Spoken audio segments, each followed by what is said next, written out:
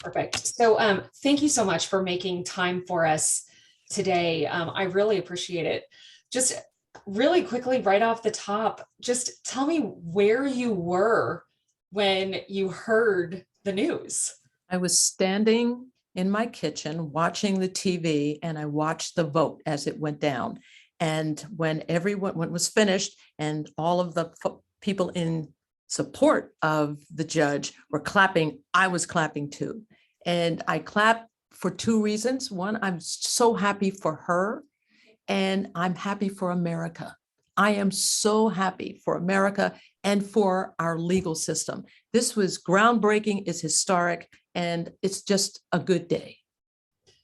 And if you could tell me about basically like what, let's see, just give me 1 second here. I'm just trying to redo, there we go.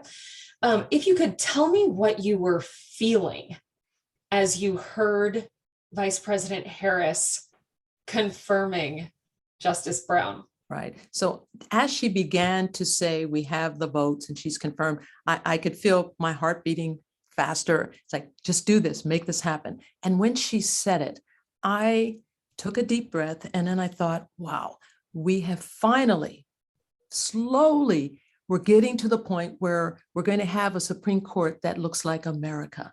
And for the first time, we have 4 women. We will have 4 women on the court. And so I was just feeling grateful to people who gave this judge an opportunity. I'm so grateful for her and her persistence, especially in the light of 30 hours of questioning, most of which from the Republican side was hostile, was disrespectful, was race baiting. And yet she took the high road and just persevered. So I was feeling all of this and thinking, wow, she's done it. The Senate, those who voted for her, are going to be seen on the correct side of history on this. So that's really what went through me. And I thought about when I was made the first African-American female judge in all of Northern California. And I thought about what it was like being the first. And that's on a trial court level. Doesn't mean it's not significant, but to be in the highest court and to have broken that barrier was just a wonderful, wonderful feeling. Goosebumps, excitement. All of that, all of that. Why is this such a significant moment in US history? So if you look at the institution of the Supreme Court, for more than 200 years, it's been a segregated institution. And so we've had white males only, no women, no people of color for more than 2 centuries. So it is so significant that, one, it sends a message to people who have kind of shrugged their shoulders or kind of given up on the notion of equality in America by them saying, it's possible, this is doable, it can happen. Does it take time? Yes, it does. But we've done it. So, and I'm just so glad that I've lived to see it happen. So by opening this door, breaking through that ceiling, hopefully she's opened the door now to make America look more, to make the court look more like America. Asian American, Native Americans, we need to have that kind of representation on our court. The more the court looks like America, the more that the public, the voters, all of us can trust that institution. That's why one of the reasons why it's so important. And when you're talking about that trust, I would venture to say that most people don't really have an understanding of how the Supreme Court plays into their daily lives. Can you help maybe some viewers understand why that is? Sure. The US Supreme Court, these 9 people, hear about 80 new cases a year. And they decide which cases that they are going to take up, and the decisions they make become the law of the land. So was a state court judge. My decision impacted people locally within the state of California. The US Supreme Court, once they make a ruling, it applies to everyone in the country, no matter who you are. That's why this court must represent America. And it must be that all of the diversity of America, all should be reflected, because everything they do when they issue these decisions apply to all of us, affect all of us. Now, how is her appointment going to shape the country moving forward, both from a case law perspective, but also from a societal perspective? Well, first of all, she cannot take the bench until October, and that's when the next session of the court will convene, the new court. And Justice Breyer is still sitting on the court, and his term will end in June. So there'll be a period of just a few months, and then she will be sworn in. So how will her being on the court impact all of us? First of all, because there's a supermajority of conservatives on the court, it is unlikely that any decision that she writes will be in the majority. It could happen. She may be a consensus builder. But what we'll see from her likely is that she'll be writing dissenting opinions where she will disagree with the majority. But in doing so, she'll be explaining why she believes their position is not the proper or the correct decision, and explaining why her view should be the prevailing view. And history shows that people who write dissenting opinions, eventually those dissenting opinions, some of them become majority opinions over a period of time. So we can look to her as an incentive for people, young people who are thinking about going into the legal profession, and to say to them, you can realistically aspire to be on the Supreme Court. That's for women and people of color. So there are so many ways in which this confirmation is going to impact all of us, and in a very good way. Now, what are some of the cases that are going to come before the court after October, where Justice Brown will be able to weigh in and have a different perspective, maybe, than others that are currently on the court? Sure. Well, I am not an expert on the U.S. Supreme Court, but I can tell you, for example, there will be a case before the Supreme Court in October dealing with affirmative action. It's a lawsuit involving Harvard. She has recused herself already. She will not be a part of that because she sat, I don't know, it's probably not happening now, but she sat on a board, a governing board at Harvard. And she did the right thing by saying, I'm not going to take part in it because I don't even want the appearance of there being a conflict of interest. What I can tell you, though, without being an expert on the court, is that the court takes up criminal cases, decisions made by state court judges that eventually are appealed and work their way to the Supreme Court if they are issues that have wide impact on the country. Her perspective is going to be so important because she's the only justice on that court who has experience dealing with a criminal defense cases or criminal cases at all, because she was a federal public defender. Her viewpoint is going to be very important because she understands that system where those others justices have not had that experience. So it is clear to me they will be listening to her on those issues. She may not persuade them all, but she will bring an informed discussion when those cases are litigated. Do you think that's more because of her time as a public defender, as a trial judge, or both? It's all of that. It's being a Black woman, of being African-American, a woman, having been a federal public defender, and having been a trial court judge. So she was a federal district court judge. That's the trial court in the federal system. She brings all of that experience to bear when she'll be talking about these cases. And I'm talking specifically with respect to criminal law. So she's the most informed on those issues. Now, switching gears a little bit, you have broken a number of glass ceilings in your career. Can you talk a little bit about your accomplishments and then also some of the struggles you faced? Well, I was the only African-American woman in my law school class. And at the time, this was in the early 70s, and I had a real big afro. I'm sitting at Stanford Law School where there were no female faculty members and no faculty members of color.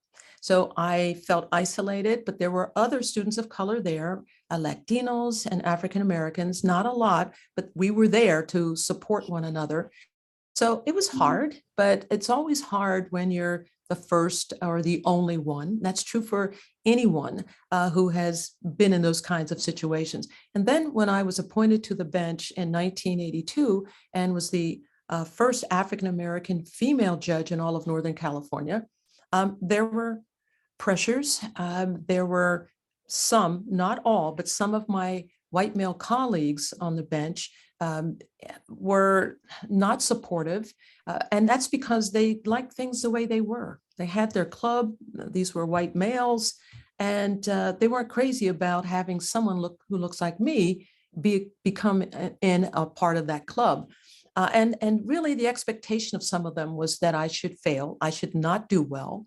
And it was the hope of some of them. Again, I stress not all of them, but there were a core group that just was resistant. And then there's pressure I felt from communities of color and from women.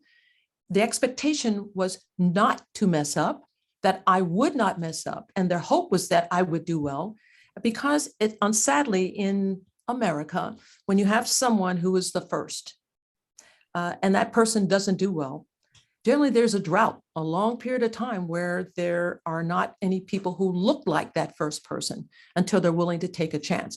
And that's what happened to me in Santa Clara County. There was an African-American man who was on the bench in the 1960s, and he didn't do well. He ended up being caught up in the criminal legal system. He was convicted of a crime after a jury trial, and it was 20 years before another African-American was on the bench, and that was me.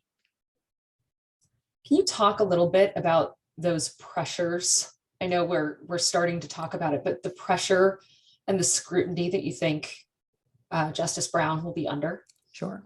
She's used to being under scrutiny. When you become a judge in the federal or state system, you live in a fishbowl.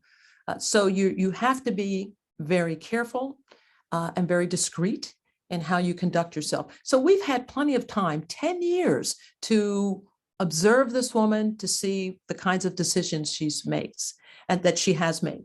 So she's used to the pressure. I am not concerned that there will be people who will say, oh, she only got appointed because she's a Black woman. And to those people, because that same thing was said to me.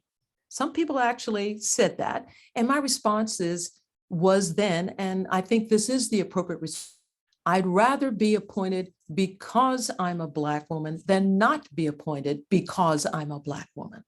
So I think I know she will handle the pressures just fine. And the real test will be not in front of the public, but at these conference meetings where the justices all sit to discuss the cases. Then she's going to have to speak up, step up, and give her viewpoint on these. And I absolutely believe she will not be terrified, she will be confident, and she will be well prepared. When you said, I'd rather be appointed because I'm a Black woman than not be appointed because I'm a Black woman, what do you mean by that? So if there are people who, first of all, I had to prove that I could be a judge, meaning my background was looked into. I was interviewed by people involved with the governor's office and then locally. So I knew I was prepared, but there are still people who are caught up in stereotypes, who are biased, who just can't accept that we, people of color, women, are qualified what we do. And that's quite clear from what happened to Judge Brown Jackson, right? She went to Harvard undergrad, Harvard Law School, did well, clerked for a US Supreme Court justice, and yet there were people saying, no, she's just not good enough.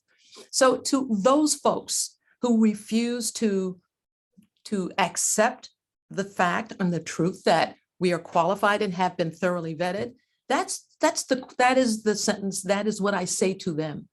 So be it. If that's what you believe, I'd rather be appointed because of that than not be appointed because I'm Black and female. Because once I get in that position, I know I can do the work, and you will come to understand and do the work. How did you handle some of the prejudice, the racism, the sexism that you experienced during your time on the bench? So because I'm African-American, female, and gay, so I'm like got the triple burden. And I don't see it as a burden. Others may see it. I felt that these are wonderful characteristics. But That being said, I remember when I started on the bench, and I'd been on for, I don't know, maybe a year. I just remember I had called the lawyers, one on each side, to the bench, and I had to ask them something. We had to clarify something. And I turned to one lawyer, the first one he was a white male, to ask him what the issue was. And he said, well, honey, and I stopped and I'm like, did he really say that? And so I looked at him and I said, excuse me. And I really believe he didn't even know that he had done anything improper. So what he had done, of course, by referring to me in that term was show disrespect and also signal to me he didn't really feel that I was legitimately there. So, of course, I straightened him out. I told him that that was absolutely unacceptable, and he apologized. But this is all part of, I don't think it's unique to me. It's just a part of being the first, particularly if you are female. And then if you add on to it someone of color, that's what happens, because some of this bias is so embedded in people that they don't even really realize that they're insulting you. So I had to do a little educating that day. I'm guessing he called you Your Honor from that. Oh, you better believe it, or I would have held him in contempt after that. I gave him one chance and educated him. You don't do that. Why would you? And so that was fine. And then we moved on. Had he done it again? Yeah, I would have had a different response. What do you hope for Justice Brown? Like, if you could give her any advice, if you could tell her something just from almost walking in her shoes. Sure. Before she did. Sure. Judging requires a person to be courageous, to do what one believes to be right and abiding by the law. And I don't want her to think that because she's taking the seat of Justice Breyer, that she has to be like him. She has to rule like him. She will be, I'm sure, and she doesn't need me to tell her this. She has to be herself. She has to look at the law objectively, independently, and bring her own experiences in when the justices discuss these cases. She has already established that she's courageous. But just as a reminder, to be a judge, to wear that black robe, you make only one promise. And when that oath is given, it's just one promise, and that is to uphold all of the laws of the Constitution, to enforce them and be true to the Constitution. That's the only promise that justices make and that all judges make. And she will make that promise and she'll be true to it. So this woman does not need advice from me. And she will do just wonderfully. I know this from the way she handled herself in the face of all of that hostility for 30 hours. And she came out of it with dignity. Is there anything else that's important that you want people to know about this that we haven't already touched on? Yes, one more thing. So what is she going to do between now and the time she's actually sworn in October? My guess is, and I hope she will do this, some advice are relax, take it easy, because it was very stressful, the scrutiny that she was under. But understand her work will really begin before she even starts on the court, because she has to select her law clerks. Those are the lawyers she will bring into her chambers and who will work with her in researching cases and with whom she will speak to determine how she's going to approach these cases. And I hope in her chambers, she will pick law clerks that will look like America. White males, women of color, people of different backgrounds. And that's my hope. That she has a diverse chamber, and I think she will. And this process of selecting clerks is a very important one. It's tedious. She's got to ensure that folks are going to be supportive of her, but also be smart and understand the law as it comes along and be able to work with this justice. So I think that's what she's going to be doing during this downtime before she's actually sworn in October. And I want all of us, when she's sworn in, I'm sure it'll be live streamed everywhere. I want everyone to watch it and know that right there at that moment, we've made history today, but we really lock it in when she is sworn in, when the court's session begins. Perfect. Thank you so much for your time. You're quite welcome. I really appreciate it.